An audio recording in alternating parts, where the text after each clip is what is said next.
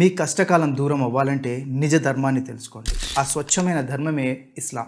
ఈసా అలైహిస్సలాం అంటే యేసు వారు కూడా అల్లాహ్నే ప్రార్థించేవారు. ఇప్పటికి కూడా యూదులు ప్రతిరోజు 3 పూటల నమాజ్ చేస్తూ ఉంటారు. The prayer that we as Jews say 3 times a day. Morning prayer, the afternoon, in the evening also takes about 15 minutes. దావీదు ప్రవక్త కూడా రోజుకి 3 సార్లు నమాజ్ చేసేవారు. చాలా మంది ముస్లిమేతరులు ఈ నమాజ్ విషయంలో ఒక అభిప్రాయంలో ఉంటారు. అంటే నమాజును విడిచిపెట్టిన వాడు అవిశ్వాసి అయిపోతాడు అని చెప్పడం జరిగింది. బిస్మిల్లాహిర్ రహమానిర్ రహీం. అస్సలాము అలైకుం. అఊదు బిల్లాహి మినష్ షైతానిర్ రజీం. బిస్మిల్లాహిర్ రహమానిర్ రహీం. అల్హమ్దులిల్లాహి రబ్బిల్ ఆలమీన్ వస్సలాతు వస్సలాము అలా రసూలిల్లాహ్ వ అలా ఆలిహి వస్సహబిహి అజ్మాయిన్. రబ్బిష్రహ్ లీ సద్రి వ యస్సిర్ లీ అమ్రి వహ్లుల్ ఉగ్దతన్ మిన్ లిసాని యఫ్ఖహు ఖౌలి. సుబ్హానక లా ఇల్మ లనా ఇల్లా మా అల్లమ్తనా ఇన్నక అంతల్ అలీముల్ హకీం. బిస్మిల్లాహిర్ రహమానిర్ రహీం. ఇన్నద్దీన ఇందల్లాహిల్ ఇస్లాం. ప్రళయదినం ఉందని, స్వర్గ నరకాలున్నాయని నమ్మి ఇహలోకంలో శాంతి, పరలోకంలో మంచి స్థానం కావాలనుకునే వాళ్ళు చిత్తశుద్ధితో ఈ సిరీస్ను చూడండి. ఇన్షాల్లా తప్పకుండా సాఫల్యం పొందే అవకాశం ఉంది. ఆ తర్వాత ఇస్లాం ధర్మానికి 5 మూల స్తంభాలు ఉన్నాయని, అలాగే ఒక ముస్లిం తప్పకుండా విశ్వసించవలసిన 6 మూల విశ్వాసాలు ఉన్నాయని లాస్ట్ ఎపిసోడ్లో మనం మాట్లాడుకున్నాం. 5 పిల్లర్స్ ఆఫ్ ఇస్లాంలో మొదటిది లా ఇలాహా ఇల్లల్లాహ్ ముహమ్మద్ రసూలుల్లాహ్ అని సాక్ష్యం ఇవ్వడం గురించి తెలుసుకున్నాం. తర్వాత 5 పిల్లర్స్ ఆఫ్ ఇస్లాంలో రెండవది నమాజ్ స్థాపించడం. ఇక్కడ నమాజ్ అనే పదం పార్సీ పదం. ముఖ్యంగా ఈ నమాజ్ అనే పదం ఉర్దూ మాట్లాడే ముస్లింలు వాడుతూ ఉంటారు. నమాజ్ యొక్క తెలుగు అర్థం ప్రార్థన అని, వాస్తవానికి ఇది అరబిక్లో సలా అని అనడం జరిగింది. ఈ సలా అనే పదాన్ని ఉర్దూలో నమాజ్ అని, ఇంగ్లీష్లో ప్రేయర్ అని, తెలుగులో ప్రార్థన అని తమ వాడుక భాషలో అంటూ ఉంటారు. అయితే ఒక అల్లాదాసుడు రేయింబవళ్లలో ఆచరించే అద్భుతమైన ఆరాధన ప్రక్రియ నమాజ్ అంటే విధిగా చేయబడే ప్రార్థన. దీని ద్వారా మనం మనపై కారుణ్యం కురిపించే, వరాలను ప్రసాదించే ఆ నిజదైవాన్ని స్తుతిస్తాము. ఆయన సన్నిధిలో భక్తితో, భయంతో మోకరిల్లుతాము. మన పాపాలను క్షమించమని వేడుకుంటాము. తద్వారా దైవ సన్నిధిని, దైవ అనుగ్రహాన్ని పొందడానికి కృషి చేస్తాం. చాలామంది ముస్లిమేతరులు ఈ నమాజ్ విషయంలో ఒక అభిప్రాయంలో ఉంటారు. అదేంటంటే ముస్లింలు కేవలం శుక్రవారం మాత్రమే నమాజ్ అంటే ప్రార్థన చేయడానికి మస్జిద్కి వెళ్తారు అని. కానీ అది ఎంత మాత్రం నిజం కాదు. సృష్టికర్త అయినటువంటి అల్లాహ్ ఖురాన్లో ఇలా జ్ఞాపించారు. సూరా అన్నిసా 4వ సూరా 10వ వాక్యంలో, నిశ్చయంగా నమాజ్ అంటే ప్రార్థన విశ్వాసులకు నియమిత సమయాలలో పాటించడానికి విధిగా నియమించబడింది. నమాజ్ ప్రతిరోజు కూడాను విశ్వాసుల కొరకు నియమిత సమయాలలో విధిగా చేయబడింది. ఏ సమయాలలో ఈ 5 పూటల నమాజ్ చేయాలి అన్నది ఖురాన్ అండ్ హదీసుల్లో వివరించబడ్డాయి. ఫర్ ఎగ్జాంపుల్ సూరా తాహా 130వ వాక్యం, సూరా హూద్ 114వ వాక్యం, సూరా అర్రూమ్ 17-18 వాక్యాలలో, అలాగే సూరా అల్ ఇస్రా 78వ వాక్యాలలో 5 పూటల నమాజ్ ప్రస్తావన ఉంది. ఈ నమాజ్ అంటే ఈ 5 పూటల ప్రార్థన సమయాలు: మొదటి నమాజ్ ప్రాతకాలంన అంటే సూర్యోదయానికి ముందు ఫజర్ నమాజ్, రెండవది మధ్యాహ్నం సూర్యుడు వాలిన తర్వాత జుహర్ నమాజ్, మూడవ నమాజ్ సూర్యాస్తమయానికి కొంత సమయానికి ముందు అసర్ నమాజ్, 4వ నమాజ్ సూర్యాస్తమయం కాగానే మగ్రిబ్ నమాజ్, 5వది సూర్యాస్తమయం అయిన తర్వాత కొంత చీకటి పడ్డ తర్వాత ఈషా నమాజ్. ఈ 5 పూటల ప్రార్థనలు ప్రతి ముస్లిం పైన విధిగా చేయబడ్డాయి. ఈ 5 పూటల ప్రార్థన యొక్క ఘనతను ప్రవక్త ముహమ్మద్ సల్లల్లాహు అలైహి వసల్లం వారు తెలియజేశారు. మీలో ఎవరి ఇంటి దగ్గరైనా సెలయేరు ప్రవహిస్తూ ఉంటే, ఆ సెలయేరులో ప్రతిరోజు 5 పూటలా స్నానం చేస్తూ ఉంటే అతని ఒంటి మీద మురికి ఉంటుందా? అలాగే ఈ 5 పూటల ప్రార్థన వల్ల అల్లా మీ పాపాలను కడిగివేస్తాడు. అల్హమ్దులిల్లాహ్.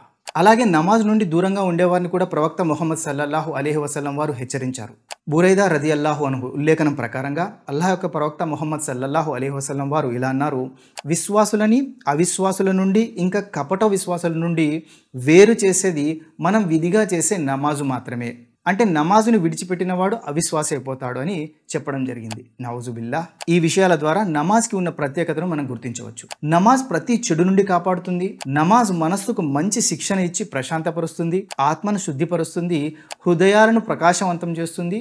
నమాజ్ మనిషి నడవడికలో మంచి మార్పును తీసుకొని వస్తుంది. ఈ నమాజ్ను పాటించమని అల్లా ఇంతకు పూర్వం వచ్చిన ప్రతి ప్రవక్త కూడా ఆదేశించారు. ఉదాహరణకి ఈసా అలైహిస్సలాం జీవితంలో మనం గమనిస్తే యేసువారు అంటున్నారు, నేను బ్రతికి ఉన్నంత కాలం నమాజ్ చేయమని మరియు విధిధానం జకాత్ ఇవ్వమని అల్లాహ్ నన్ను ఆదేశించాడు అని ఈసా అలైహిస్సలాం వారు సాక్ష్యం ఇస్తున్నారు ఖురాన్ గ్రంథంలో. అలాగే మార్కు సువార్త 1వ అధ్యాయం 35వ వాక్యం చదివితే అక్కడ యేసువారు పెందలకడనే లేచి ఇంకనూ చాలా చీకటిగా ఉండగానే అంటే సూర్యోదయానికంటే ముందే లేచి దేవునికి ప్రార్థన చేసేవారు అని అర్థమవుతుంది. ఈరోజు ప్రపంచ ముస్లింలను మనం గమనిస్తే సూర్యోదయానికంటే ముందే వారు నిద్రలేచి ఆ సృష్టికర్త అయినటువంటి దేవునికి ప్రార్థన చేస్తూ ఉంటారు. ఈ ప్రార్థనా పద్ధతి దైవ ప్రవక్తల పద్ధతి.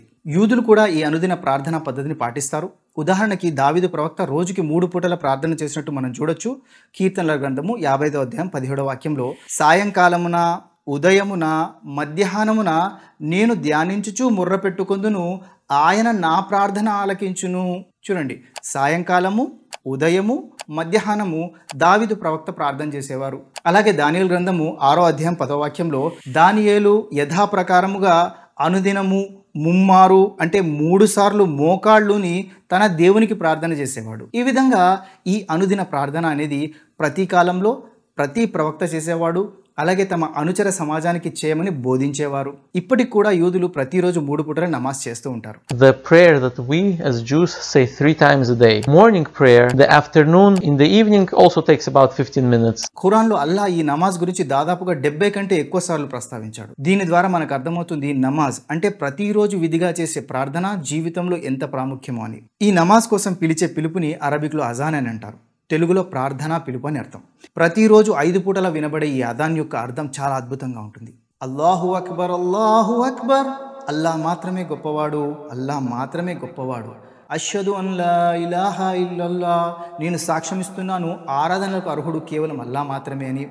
అష్హదు అన్న ముహమ్మద్ రసూలుల్లా, నేను సాక్ష్యమిస్తున్నాను ముహమ్మద్ సల్లల్లాహు అలైహి వసల్లం అల్లా యొక్క ప్రవక్త అని.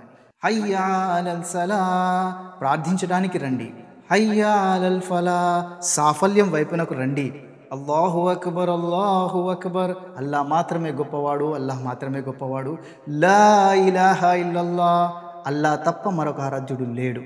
ఇది ప్రతిరోజు మస్జిద్ నుండి వచ్చే అదాన్ యొక్క అర్థం. మస్జిద్ అనే పదం అరబిక్ పదం. మస్జిద్ అంటే సాష్టాంగం చేయబడే స్థలం అని అర్థం. మస్జిద్ రూట్ వర్డ్ అంటే మూల పదం సజ్దా నుండి వచ్చింది. సజ్దా అంటే సాష్టాంగం అని అర్థం. సాష్టాంగం చేయబడే స్థలాన్నే మస్జిద్ అని అంటారు. ఈ మస్జిద్ ప్రతిమలు లేని, ప్రతిరూపాలు లేని అల్లాహ్ను మాత్రమే ఆరాధించే స్థలం. సుబ్హానల్లాహ్. ఇహలోకంలో శాంతి, పరలోకంలో మంచి స్థానం కావాలనుకునే వాళ్ళు చిత్తశుద్ధితో ఈ సిరీస్ని చూడండి. ఇన్షాల్లా తప్పకుండా సాఫల్యం పొందే అవకాశం ఉంది. ఇస్లాం గురించి మరిన్ని విషయాలు రాబోయే ఎపిసోడ్స్లో చూద్దాం ఇన్షాల్లా. సుబ్హాన రబ్బిక రబ్బిల్ ఇజ్జతి అమ్మా యసిఫూన్, వస్సలాముల్ అల్ ముర్సలీన్, వల్హమ్దులిల్లాహి రబ్బిల్ ఆలమీన్, అష్హదు అన్ లా ఇలాహా ఇల్లా అంతా, అస్తగ్ఫిరుక వ అతూబు ఇలైక్. అస్సలాము అలైకుం.